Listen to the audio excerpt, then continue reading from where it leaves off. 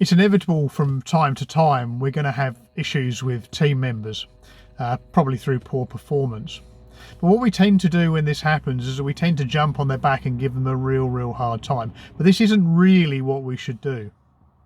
So I want you to think of your business as a collection of systems, really. And what you're doing is you're actually paying your team members to run these systems for you.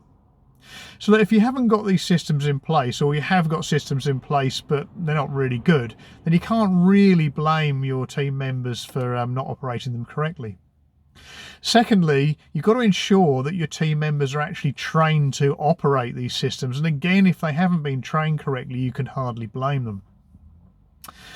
If those two things are in place, then we need to look at the values and the habits of your team members, and this can affect the attitude.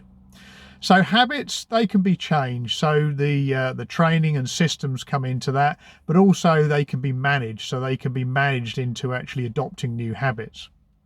Values, unfortunately, is a bit more difficult. Technically, you can change values, but it's very difficult. So in those cases, if it is genuinely down to values, it may be you have to have a difficult conversation with them.